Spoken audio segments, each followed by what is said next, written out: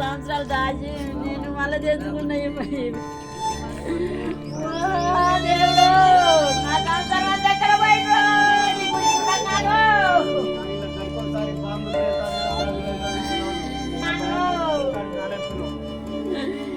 నీకు ఇలా మాట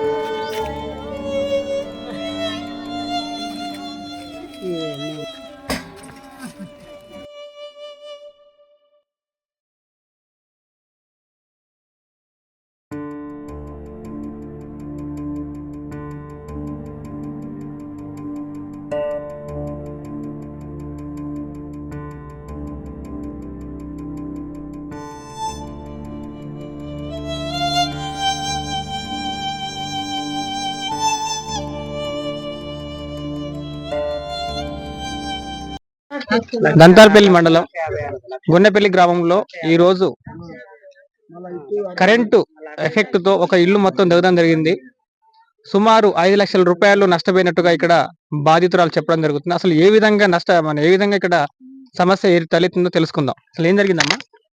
అదే సార్, నేను ఊరికి పోదామని తలపేసిన, తాళం వేసి ఊరు బయటికి పోగానే ఫోన్ చేస్తే వచ్చిన. అది ఎట్లా జరిగిందన్న తెలియదు. ఇక కరెంట్ పేలిందని ఇక ఈ కరెంట్ అని కూడా పీకేసిండ్రు. గ్యాస్ గడ్డ పేలిందా లేకపోతే లోపల దీపం పెట్టిరా? లేదు ఈ కరెంటు అనే అన్ని కూడా ఇగో అది కూడా గాలి వేసింది. ఇదే మీకు ఇప్పుడు ఎంత వరకు నష్టం మీకు ఏర్పడింది? ఇప్పుడు 1,50,000 రూపాయలు అందులో ఉన్నాయి. తెచ్చి పెంచిన తులం బంగారం ఇంట్లోనే పెంచిన. అందులో 30 తులాలు ఎండి, 2 క్వింటాల బియ్యం, 4 ఫ్యాన్లు. డబ్బులు దేనికోసం తీసుకొచ్చుకున్నారు? ఇల్లు కొరకు సార్. కూలీలో పెట్టి కట్టించుకుంటాను సార్. ఇప్పుడు 2-3 నెలలు అందరిని అడుగురు. పైసలు పెట్టి కట్టించుకుంటాను. పైసలు పెట్టి తెచ్చుకొని 9:30 అవుతుందా? 9 పొద్దున్నే సారు. 9:30. ఈ రోజు ఉదయం 9:30 సమయంలో 10 గంటలు కావచ్చు అంచనా.